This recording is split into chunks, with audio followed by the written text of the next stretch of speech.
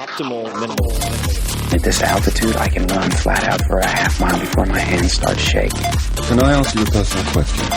Now would seem an appropriate time. What if I did the opposite? I'm a cybernetic organism, living tissue over metal endoskeleton.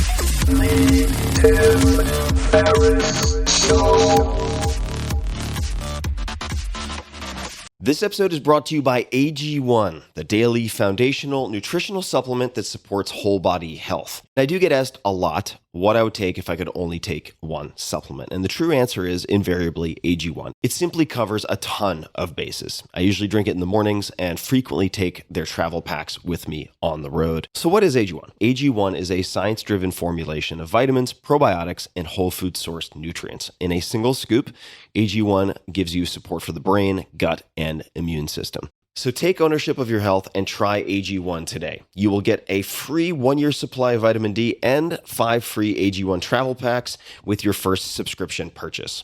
So learn more, check it out. Go to drinkag1.com/Tim.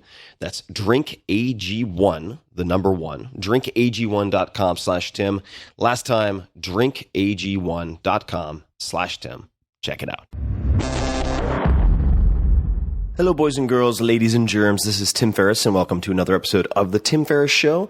This one is an experimental episode, as I often indulge in, and it features one of my favorite writers, an inspiring fellow, Paulo Coelho, who has long been one of my writing inspirations. His books of near universal appeal span from The Alchemist to the most recent Adultery, and his work has been translated into more than 70 languages. Who knew there were even 70 languages on the planet? And few people know that The Alchemist, which was sold to an original Brazilian publisher, which printed 900 copies, has now sold more than 65 million copies worldwide. I expect it's probably more than 100 million. That original Brazilian publisher, after the 900 copies, declined to reprint it. It wasn't until after his subsequent novel, called Brida, that The Alchemist was revived and took off. I, for one, have always been very impressed with consistent writers. Paulo averages one book every 2 years, and he is staggeringly consistent. As I am recording this, I'm under the pressure of deadlines, and I more often feel like Kurt Vonnegut did, also one of my favorite writers, and he explains it with a quote, "When I write, I feel like an armless, legless man with a crayon in his mouth." That's most of the time that I spend writing. So my output is erratic at best, and I wondered, how does Paulo write? What is his process? How does he think about it? And this episode covers a lot of that. It might seem like a niche topic for this podcast, for those of you who say, well, I'm not a writer, what am I going to get out of this? And what I would encourage you to think of as you listen, and the audio is a little bit grainy because he recorded it from Geneva in Switzerland, that it showcases in many ways the struggle and how someone at the top of their game who has seemingly beaten all of the odds still has the daily struggle. And I reached out to him. He was kind enough to reply with the audio that I've included, and he really provides some gems and answers to the following questions, which I will read right now because he doesn't always repeat them.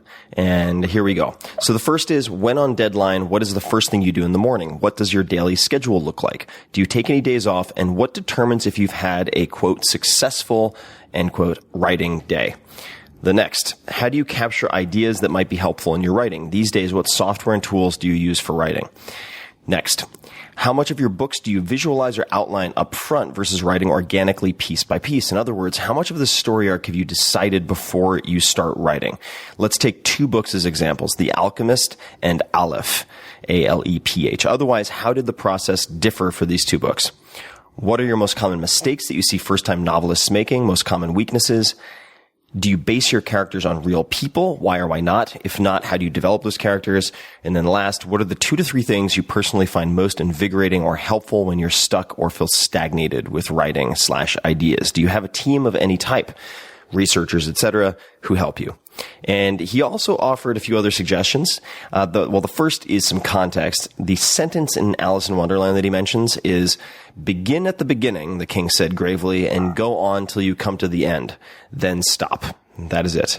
And he covers a lot on his YouTube channel, and for all of his musings, you can certainly see his Facebook fan page, which is just facebook.com/Paulo Coelho. and he has the same handle on Twitter. I think he has something along the lines of 28 million fans as I record this, which is astonishing. So without further ado, please enjoy this short and experimental episode with the incredible Paulo Coelho. And I will link to anything he mentions in the show notes, as well as additional resources at 4hourworkweek.com/podcast. Hello, team. Paulo Coelho. Pleasure to talk to you. Looking forward to meet you, as I said in my email. As for your answers, I will try to be as brief as I can. About the deadline, I don't have deadlines. I write a book once every 2 years, and I sit down, of course. I have the book inside of me, and I start procrastinating in the morning. I check in my emails, I check news, I check everything that I could check, or just to postpone the moment to sit and face myself as a writer in front of my book. So let's say that for 3 hours I'm trying to tell to myself that, oh no, later. And then one moment I say, okay, just not lose the face in front of myself, I'm going to sit and I'm going to write half an hour. And I do, and of course this half an hour becomes 10 hours in a row. That's why I write my books very quickly, because I cannot stop. And then, of course, at night I take a lot of notes because I'm still in the speed of writing the book. The next day, these notes are totally useless. The same thing happens again. Checking emails, going to social communities, postponing, procrastinating, and I cannot stop. Probably this is my inner ritual, you know. I have to feel guilty of not writing for 3 hours or 4 hours, but then when I'm there, I start writing and non-stop. As I said before, in 2 weeks I have the book ready. Okay, next question. My daily schedule while writing books is the one that I just described, trying to escape from my task of writing my books. My normal daily schedule is in the morning checking my social communities, answering emails, then walking. Walking is for me my way of thinking, my way of meditating. It's not that I'm thinking, but I am in a kind of trances, totally connected with the present moment. And when I arrive from walking, I sit here and then I start really connecting to my social communities. I work with 3 or 4 people, not more than that. My agent in Barcelona, my office in Brazil, and my webmaster. This is the only 3 people that have access to me. There is a very strong shield, so I can really use my time to do what I think I should do to fulfill this blessing that it was bestowed on me, that was to allow me to live my personal legend, to become a writer against all odds, because Brazilians don't have this tradition to be translated, and besides that, there are very few authors who can make a living out of writing, not in the US, but all over the world. However, I was so committed to my work that it was my dream. It was my dream from the very beginning. So I really enjoy what I do. I don't work. In fact, what I'm doing is really to have pleasure and have fun and have social responsibility towards my readers, myself, and the world where I live. Do I take any days off? I take many, back to what I said, I force myself to take 2 weeks off, but not during my writing period. My writing period is like I go into a tank, and I only can leave this tank after finishing the book. So, as Alice in Wonderland, Lewis Carroll says, Alice in Wonderland, it's very easy to write a book. Start in the beginning, go through the middle, and go to the end, and then stop. That's it. No secret. I can later quote Lewis Carroll's sentence in an email. I don't know it by heart, but it's more or less what I said. A successful writing day is the day that I suffer in the morning and I have fun in the evening. Fun by writing. Fun, I will not describe this as fun. It's also painful, but and is exhausting because I don't realize that I'm totally connected. I'm in a kind of trances.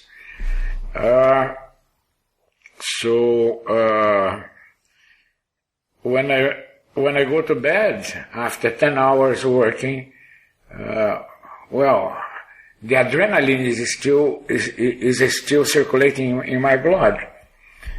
So it takes hours to sleep, and there is this notepad by my side, and I take notes, but I take notes only to take them out from my head. They will be useless next day. I never used notes that I took on leave to continue writing. And this happened since I wrote my first book, The Pilgrimage. I cannot change this process. I wish I could sit and write and not feel guilty for 4 or 5 hours during the day. It's impossible. How do I capture ideas that might be helpful in your writing? I don't. I try to live my life.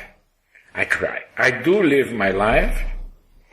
And eventually some subject pops up when this cycle of 2 years ends.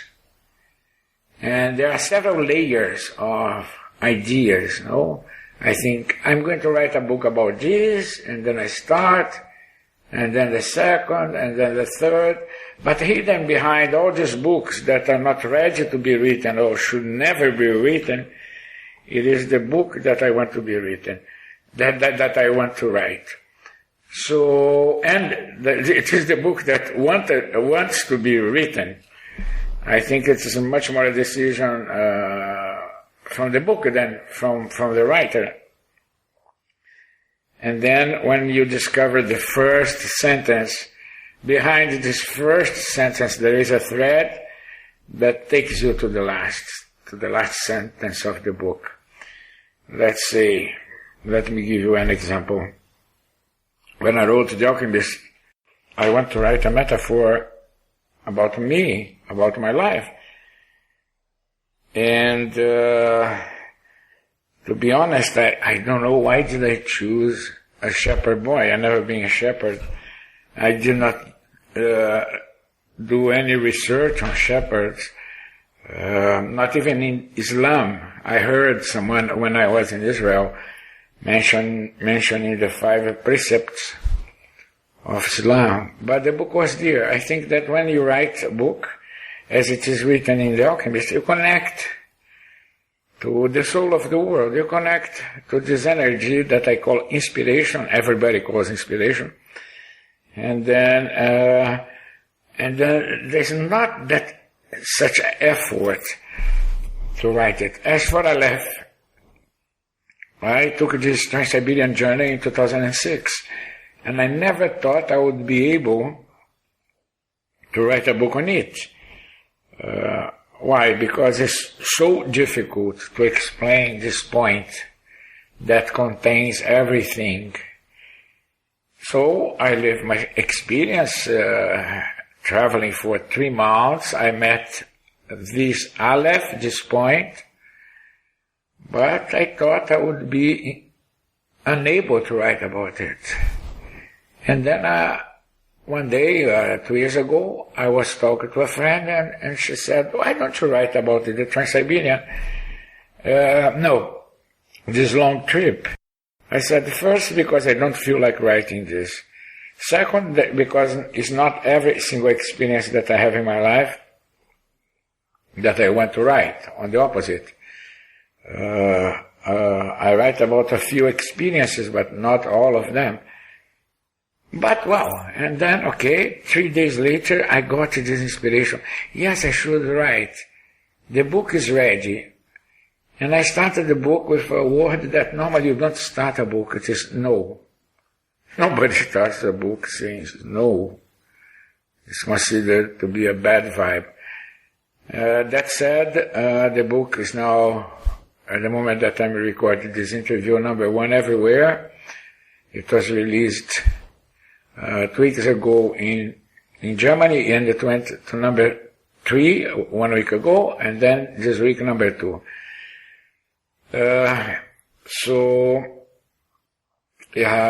If you want to capture ideas, you're lost. Because you're not going to live your life. You're going to be capturing ideas. You're going to be detached from the emotions that you need to be, to live fully. You'll be an observer and not a human being that is living his or her life. I strongly, except of course for technical stuff, I strongly encourage writers not to think about writing every time that they do something. Forget notebooks, forget taking notes. Let what is important remains. What's not important goes away. So when you sit down to write, there is this process of purge, this process of cleansing, that only the important things remain. So it's much more easy than taking notes and overload yourself with information. Software and tools that you use for writing. I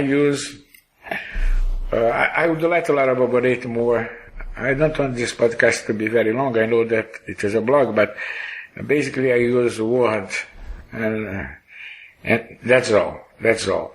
Having said that, a writer today is not a writer of books. He or she must be fully conscious that there are different types of writing. You can write for books, you can write for mobiles, you can write Twitter, you can write blogs, and each and every platform requires a different technique. This is what is very exciting for writers today, is we are in front of a new challenge, and you have to learn how to do it. A tweet is not a book. A book is not a tweet. So, but please, writers should exercise training in these new techniques. Let's forget about the classic format of books and move to the way that internet is now forcing us to move. Encouraging us to write. As for the story arc, there are only 4 stories. The story of a love story between 2 people, a love story between 3 people, the struggle for power, and the journey. Every single book that it is in a bookstore deals with these 4 archetypes, these 4 themes. So you have to decide only among these 4 themes. But back, it is not, in my case, it's not me who decides. It is the book itself. I'm not saying, well, the book is powerful, it is an angel that it is whispering to me what to write. No, I'm not saying that. I'm saying that normally I have 10,000 books that I feel like writing, and at the end of the day I only write one. Let's take two books as examples, you said, Alchemist and Aleph. How did your process differ from these two books? They are very much close. One is a metaphor, that it is the Alchemist. The other one is a real experience, my own experience. However, both of them are in the classic story arc of travel, of a journey. So they are very much close. They are part of my soul. If there is, I think that I answered the question. What are the most common mistakes that you see first-time novelists making? The most common mistake is the first-time novelists are always postponing. And then they are very, very much insecure. When they finish and they publish a book, and you talk to them, and they said, oh, but you need to see my next book. This is totally nonsense. If you talk to many writers, they say that, and I don't understand. I really don't understand why do they say that. You cannot underrate yourself. You cannot feel insecure. You cannot sell your next book by despising or underrating the book that it was just published. So as for style and this type of things, don't try to innovate.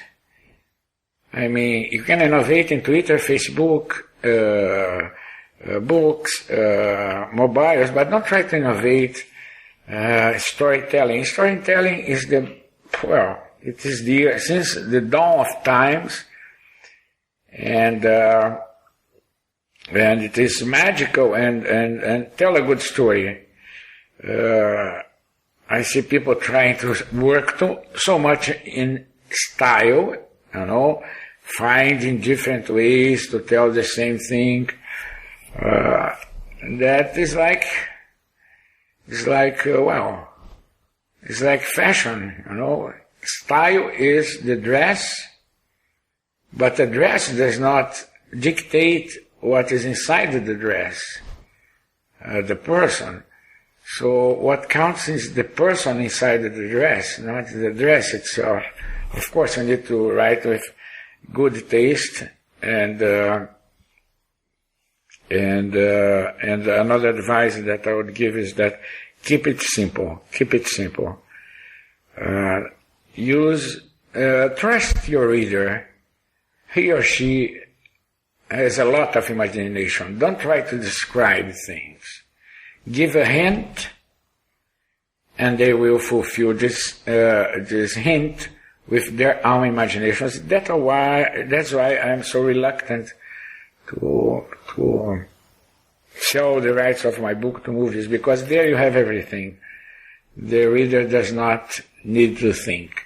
However, if I say, like in Aleph, at the very beginning, I am in my house in the Pyrenees, and there is an oak there. Well, I don't need to explain in details my house in the Pyrenees. I only needed to put the two elements that are important: the oak, myself, and the person that I'm talking to. And that's all. So keep it simple. Trust your reader. Understand that he or she can fulfill the empty spaces. Don't over-explain. Most common weaknesses of first-time novelists, of course, lack of self-confidence. When The Alchemist was published, it did not sell, so the first publisher gave me the book back. But I was so convinced that I started knocking doors, and then I found a second publisher. Imagine, there was 1 month in my life that I could really quit my dream, and if I was not perseverant enough, The Alchemist will not be the worldwide success as it is today. The second weakness is to pay too much attention to critics. I don't think this happened in US, but outside US, critics, well, they're losing ground very fast because now internet has this power of promoting or killing anything, but still writers want to please their peers. They want to please other writers. They want to be recognized by the academia, by the system. Forget about this. Who cares? You should care to share your soul, and not to please other writer who is going to write a review that nobody's going to read. Just tell you how good you are, and then you are also obliged in the future to write a review about his books. No, forget. This is really a weakness.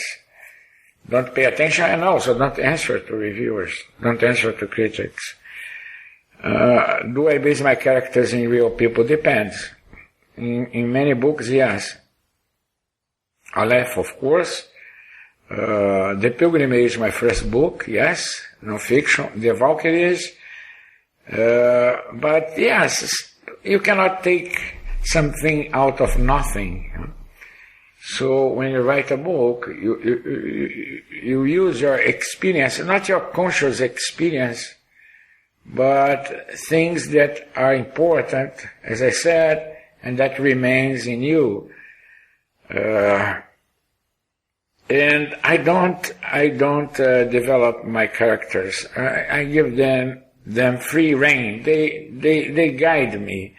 When I used to read that in biographies of other writers, I said, "Oh, these people, they are trying to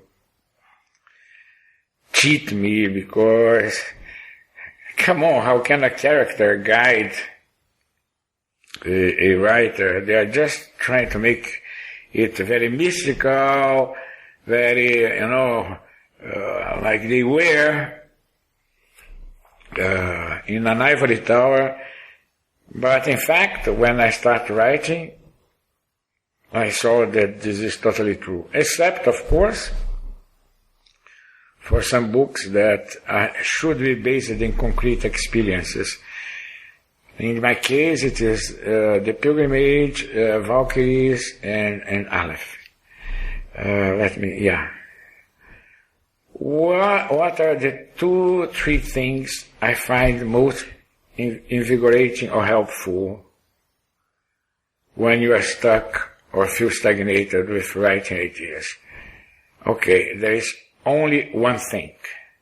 For there are no 2, 3, 4. When I feel stagnated, I promise to myself that if I don't feel inspired, I need to move forward. I need to have discipline. So, and it happens in the middle of a book. There I am, without knowing how to continue the story, even if it is a non-fiction story. But then I say, okay, you are fighting with me?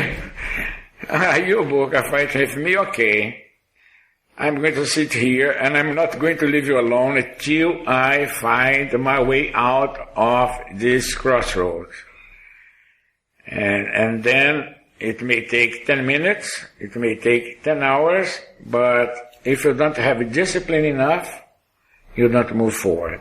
So at the end of the day, Tim, writing books is basically sharing your experience, and this is part of the human condition. And if you really are honest, if you don't try to fill a formula, to follow a formula, you have to be free to write. I wrote about prostitution in 11 minutes. I wrote about madness in Veronica Decides to Die. So I wrote about things that are important to me, issues that are important to me. And you should be free to write things that you feel, and not try to repeat the same formula over and over again. So, and I don't have researchers. No. If I need any research, of course, when I wrote Aleph, I did not take notes, as I told you. I had this fantastic experience, but then I am in a city in the middle of Siberia, and I forgot the name of the street, of the hotel. Then I do a quick research. That's all. But if you overload your book with a lot of research, you're going to be very boring to yourself and to your readers. Books are not there to show how intelligent and cultivated you are. Books are out there to show your heart, to show your soul, and to tell your friends, readers, I'm not alone, and I hope you are not, because you can identify yourself with my books or my words, as I can identify yourself with your garden, with your music, with anything that we do with love. Thank you very much. Sorry, it is a little bit big. I'm going to upload and to send you the podcast. May God bless you, as we say here, au revoir.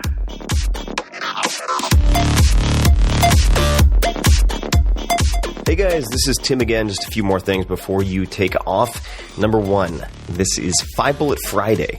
Do you want to get a short email from me? Would you enjoy getting a short email from me every Friday that provides a little morsel of fun before the weekend? And 5 Bullet Friday is a very short email where I share the coolest things I've found or that I've been pondering over the week. That could include favorite new albums that I've discovered. It could include gizmos and gadgets and all sorts of weird shit that I've somehow dug up in the world of the esoteric as I do.